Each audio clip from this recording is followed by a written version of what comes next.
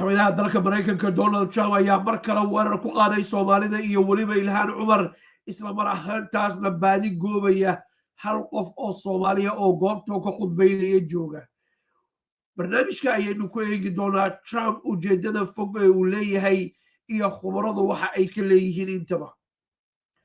dhanka kale mubashir wiilkii dhalinyarada ahaa ee shalayta ciidamada ICE ay gacanta ku dhigeen ayaa war-saxaafadeed la qabtay markaas mayorka magaalada Minnesota iyo waliba taliyaha laamaha ammaanka ee magaaladaas. ninkan dhalinyarada ayaa daawadayaal ka warbixiyay dhibaatadii loo geystay iyo markaas wixii shalay ku dhacay inaysan ahayn haba yaraatee wax laga aamusi karo ayuu yiri. barnaamijka ayaanu ku eegi doonaa sidii loo xiray iyo waliba xaaladdu meesha ay marayso. dabcan markii hore mubashir yar baanu idinka tusnay lama garanayo qofka uu yahay laakiin haatan isagii oo hadlaya ayaan idinhaynaa balse markii hore sidii loo soo xiray aynu aragno. qaybta barnaamijkan aad haatan arkaysaan waa markii xiritaankiisu uu dhacayay ee ciidamada ICE markaas sida xun ay ula dhaqmeen daawo.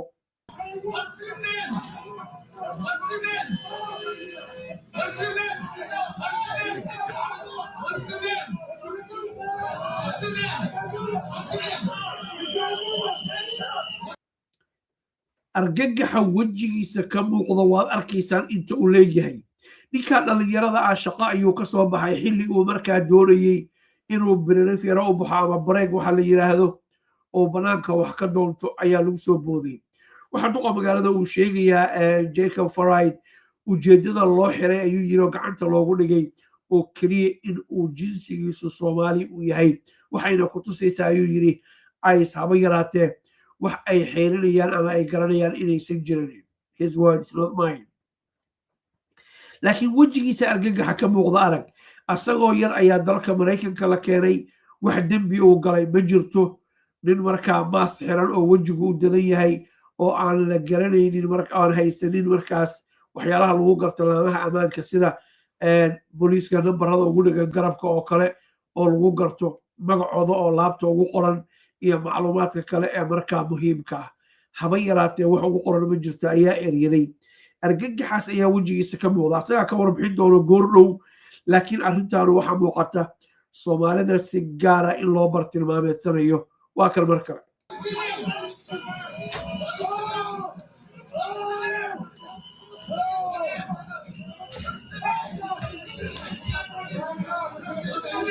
ma qiyaasi kartaa daawada ninkaas gaariga marka lagu ritay maskaxdiisa waxa kusoo dhacayay garab marka ay dadka gacanta ku dhigaan dadku waxay leeyihiin waxaanu gacan ku dhigid iyo xarig ma ahane waa afduub weeye barqadii. qofkaas waxaa laga tuurayaa meel fog cidiisi ma oga taleefon lama xiriiri karo meeluu ku sugan yahay lama yaqaano xaaladiisa cidu kama warqabto haddii la dhoofiyo iyo haddii detention center lagu hayo midna cidu kama warqabto. waa khataraha waaweyn ee arrintaanu haatan ay keentay. meesha dadka marka la xiro police stationka la geeyo magacooda farahooda laga qaado dabadeedna la siiyo fursad ay eheladoodii kula hadlaan ama booliisku ay wacaan oo dhahaan hebel hebel ama heblaayo hebelaayo police stationkaasi joogtaa annaga ayaa qabanay waxaynu doonaynaa inay ogaataan. kuwaas saas ma aha. war Maraykan ayaan ahay dhalasho Maraykan ayaan haystaa dokumentigeygana taleefonkeyga ku jiraayo fursad isiiya aan idinku tuso. waa u diideen. mar dambe oo xeeriya fanaal kala dhaceen ayaa gabar ka mid oo ay markaa u adeegaysaa oo ay ka caawinaysaa ay ogolaanaysaa taleefonkiisii inuu soo saaro. waa kana dhegin daawo mar kale. waa nin dhalinyara oo shaqaynaya oo canshuur bixinaya oo waxba haba yaraatee aan samaynin. mushkiladu waxay tahay sida uu sheegay duqa magaaladu jinsiyadiisa ayaa Soomaaliya. waa kan.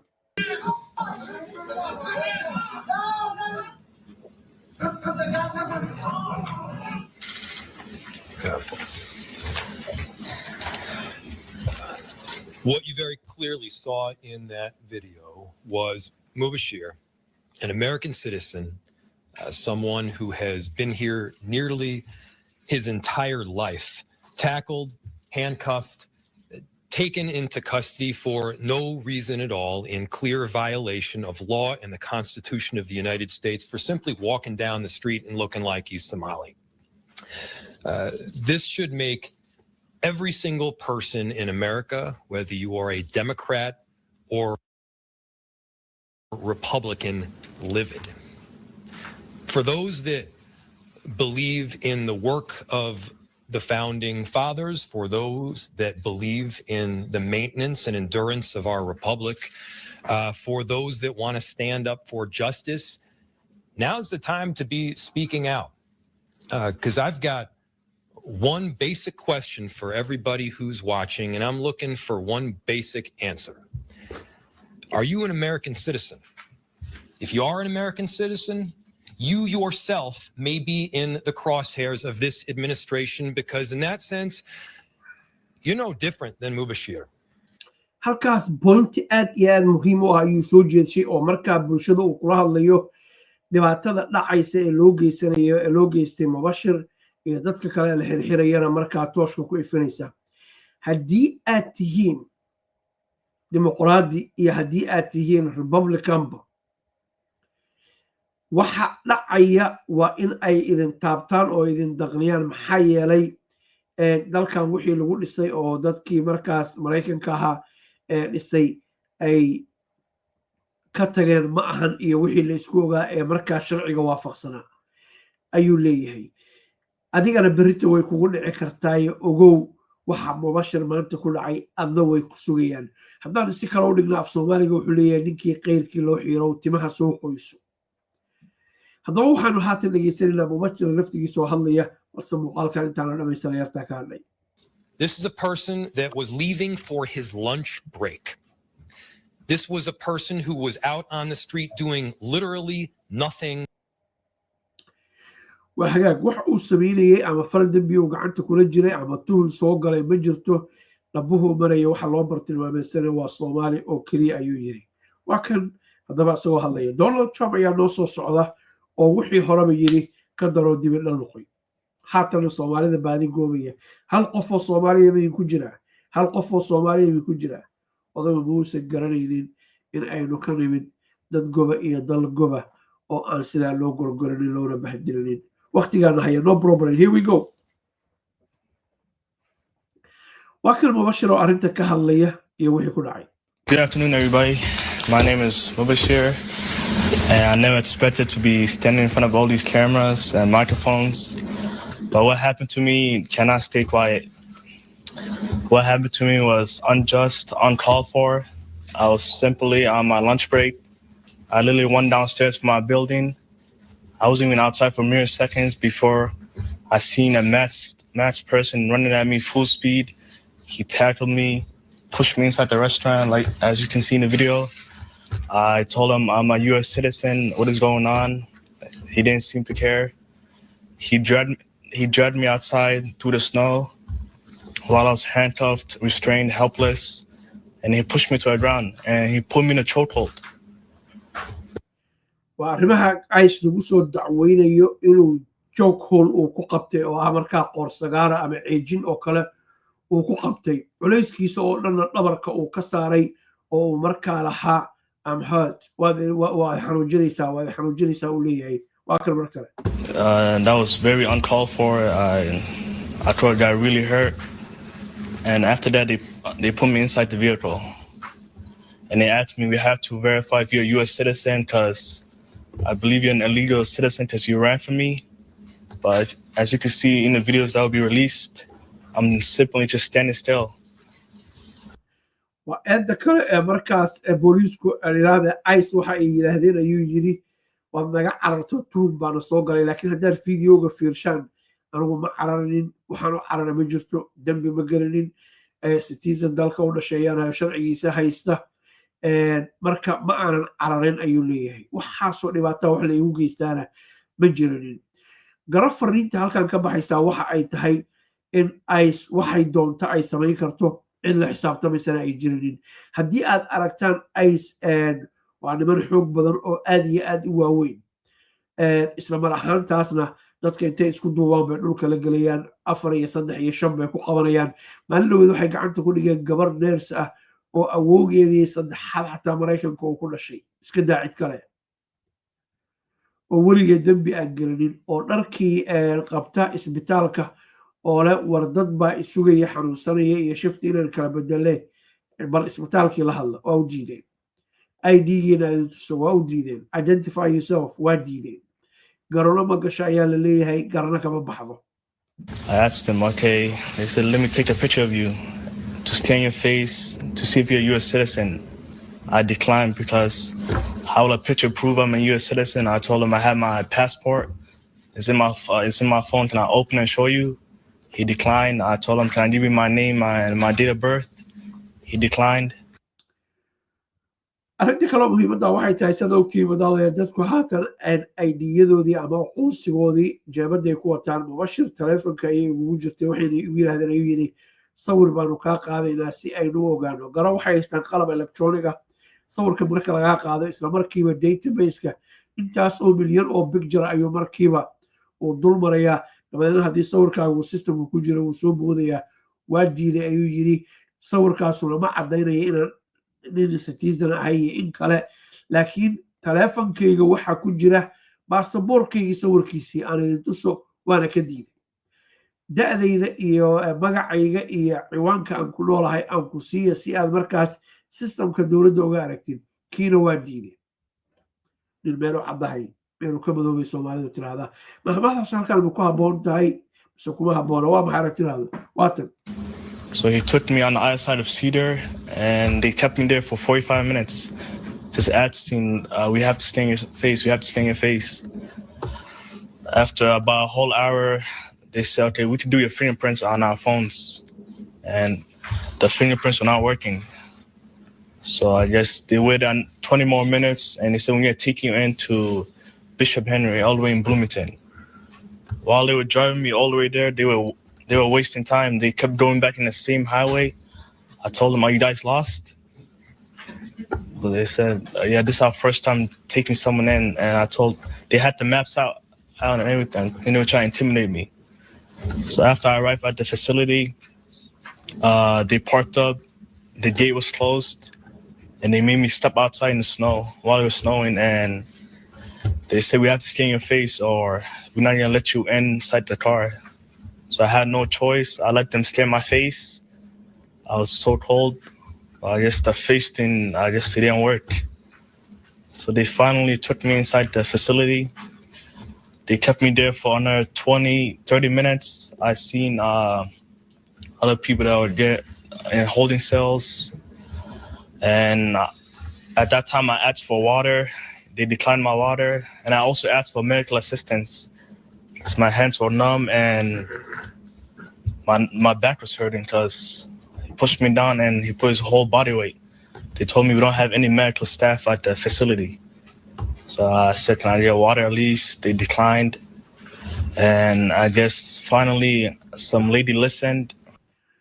waxaa gacdawday sidaad maqlaysaanba waxaa loo diiday inuu helo kaalmo caafimaad ayuu loo diiday inuu helo oo uu weydiistay ay yidhaahdeen haba yaraatee halkan cid markaas dhakhaatiira ama neers haba yaraatee ma joogto galaas biyaha la isiiyo isagiina waa loo diiday sababta loogu diidayna ma cadda laakiin waxaa muuqata dadka ice ay gacanta ku dhigtay meelaha ay dadka ku hayaan in ay aad iyo aad looga cabanayo dhinaca hygiene-ko aad iyo aad u liita uskaga iyo qurunka isdhex yaalla iyo maalintii 24 saacba hal mar markaas in lagu siinayo wax yarood afka ku dhufatid oo aan bakaa dhegaynin laakiin ninkan xataa biyo ayaa loo diiday sidoo asagu sheegayo garabkiisa waxaa taagan taliyihii booliiska ee magaalada ayaa taagan oo fahmi karaya waxaa la yidhahda police brutality markii booliisku ay ku xadgudbaan dadka sharciga ay hareer maraan kulligood ma ahan in yaroo ka mid ah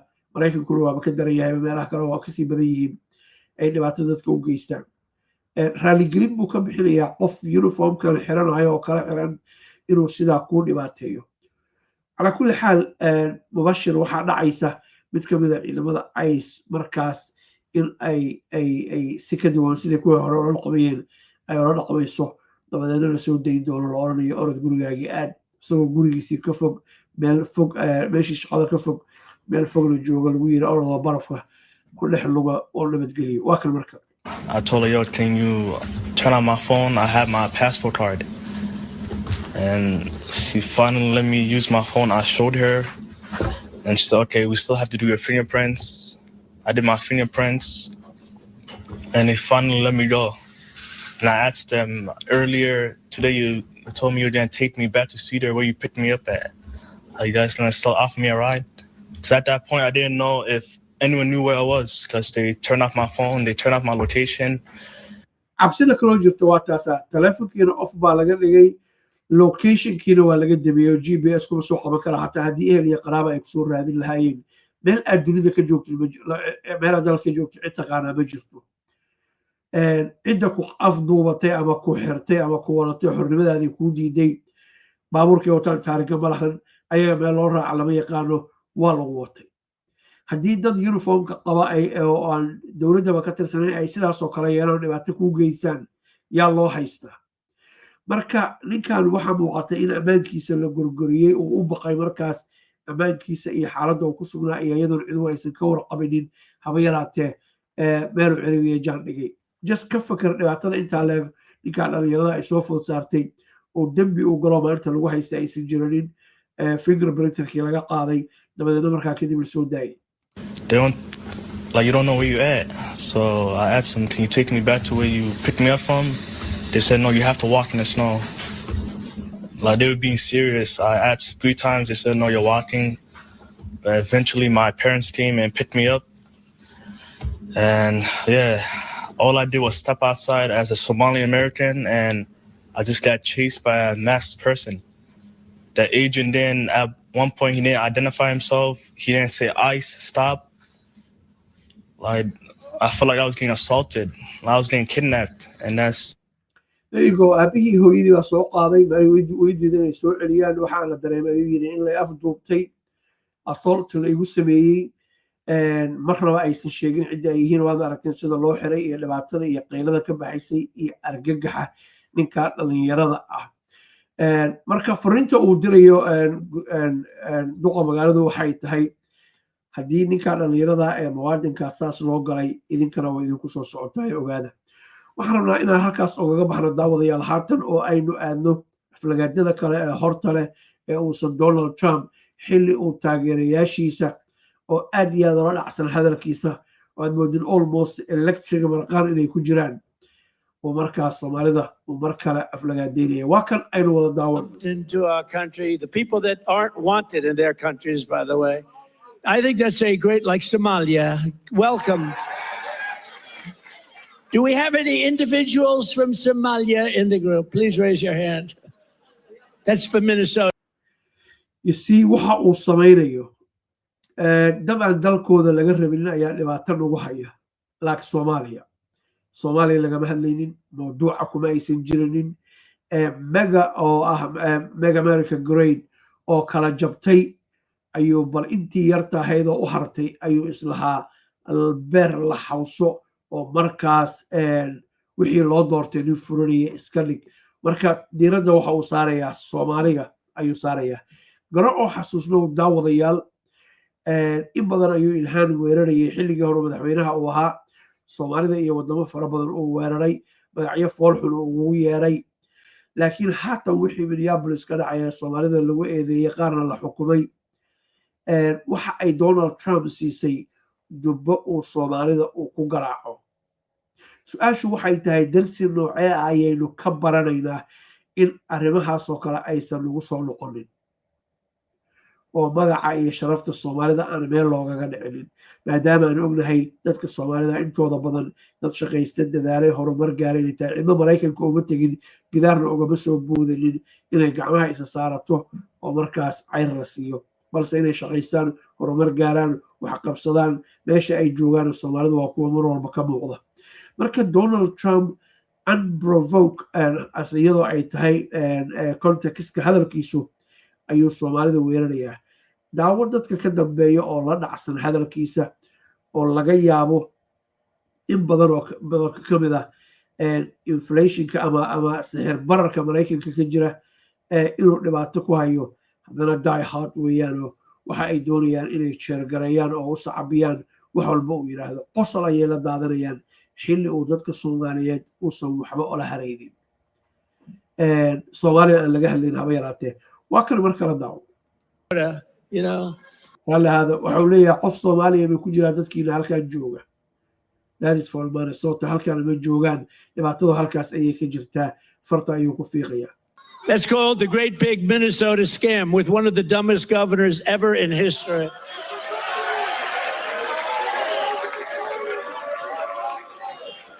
I love this Elon Omar, whatever the hell her name is, with the little turban.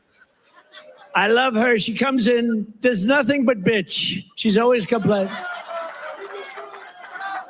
She comes from a country where ma jiro madaxweyne Mareykanka soo maray oo erayada noocaasa gaar ahaan kan u dambeeyay oo kala ku dhawaaqay inta aan ogahay waxaan leeyahay odagaan waa out of line weeyaan yani xad kasta iyo xuduud walba uu dhaafay wuxuu isticmaalayaa luqadii suuqa oo sagxadda ayuu joogaa meeshii ugu horreysay siyaasadeeda inuu weeraro wixii dhacay uu weeraro oo wax la gartay laakiin weerarka shakhsiyeysan ee noocaas oo kale ah mid loogaga bartay hogaamiye caalami ah caalamka waddanka ugu weyna haba yaraatee maahan. But that's Trump for you. Here we go again. I mean, it's considered about the worst country in the world, right? They have no military, they have no nothing, they have no parliament.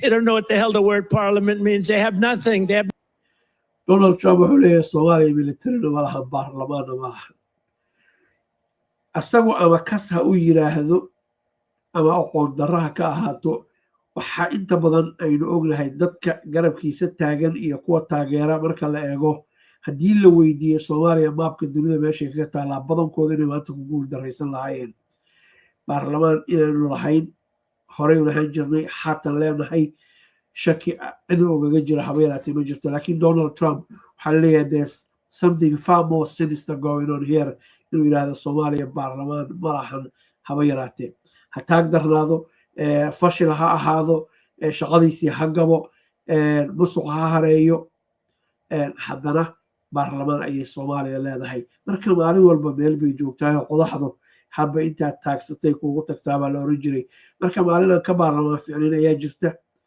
barisamaadkii baritana waynu ka fiicnaan doonaa laakiin Trump ayaa la baarlamaanna ma lahan militarina ma lahan wiilasha cadceedda taagan habeen iyo maalin argagixisada hortaagan warbiyuusan ka hayn no police. They police themselves. They kill each other all the time. I love it. She comes to our country and she's always complaining.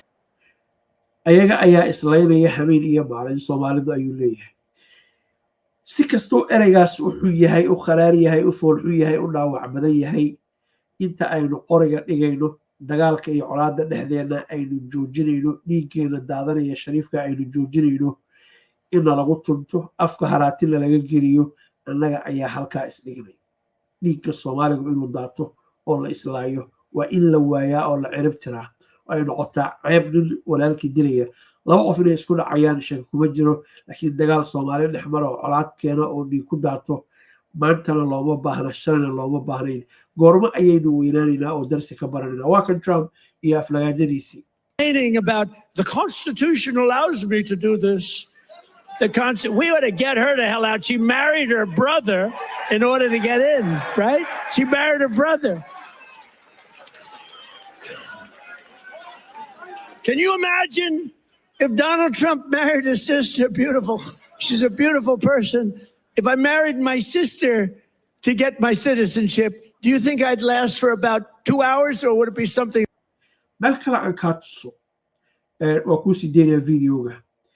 madaxweynahan waxaynu ognahay xaaladda dhaqaalaha dalka Mareykanka meesha marayso barnaamijyo ilaa 3 ayaanu ku soo qaadanay daraasadii ugu dambeysay asaga popularity-giisa ama sumcadiisu 25% ayay hoos u dhacday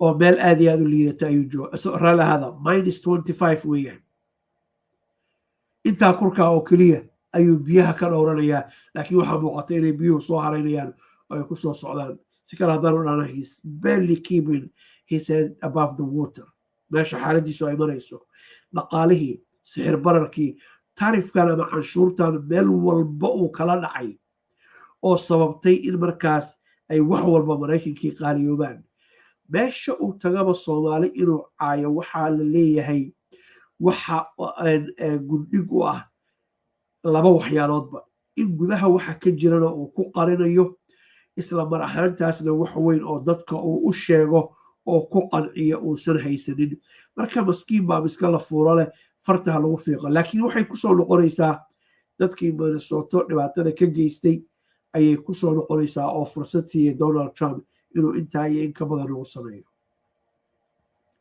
marka ninkaanu meeshii la rabay siyaasadiisa sababta bixinta kobcinta dhaqaalaha hoos u dhigidda maciishada inuu dadka u sheego 24 saac inuu Soomaaliya caayo waxaa la leeyahay waa qiiq isku qaris iyo qar iska tuur aragtidaas adugu ma qabtaa mise waa aragti khaldan ra'yigaaga saliimkaana la wadaag waa kan Donald Trump less than that.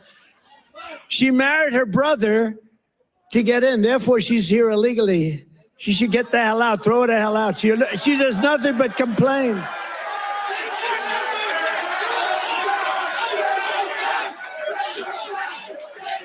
shirkadda dhismaha guryaha ee Qibla Homes guryahan qurxoon oo indhuhu qaabilayaan oo qalbiguna ku doogsaday waa qasriyadii Qibla Homes haddii aad qacdii hore ashqaraar la qabactiri waxba yaanu ku qaadin qalbi daraandarkuye kaalay Qibla Homes way ku qaabilaysaa shirkadda Qibla Homes waxay mashaariic ka wadaan Nairobi South Sea iyo Mombasa Niyali shirkadda guryaha ay dhisayso waa apartments iyo villas waxayna ka kooban yihiin 5 bedrooms duplex 4 bedrooms duplex 2 bedrooms duplex iyo sidoo kale 4 bedroom 3 bedroom 2 bedroom iyo 1 bedroom caadi ah guryaha qaar waxay leeyihiin qolkii shaqaalaha qaabka shirkaddu wax u dhisayso waa qaab heer sare ah oo Turkish style ah guri kastana waxa uu leeyahay masaajid madaraso swimming pool iyo gym playground meelaha lagu caweeyo ama sitting area wiishashkii motor automatic ah ceel biyood internet parking supermarket pharmacy cafeteria security guard iyo CCTV camera iyo facilities kale oo dhammaystiran shirkaddu waxay ugu baaqaysaa macaamiisheeda in beec dhimis soconaysa muddo 5 bilood oo u dhiganta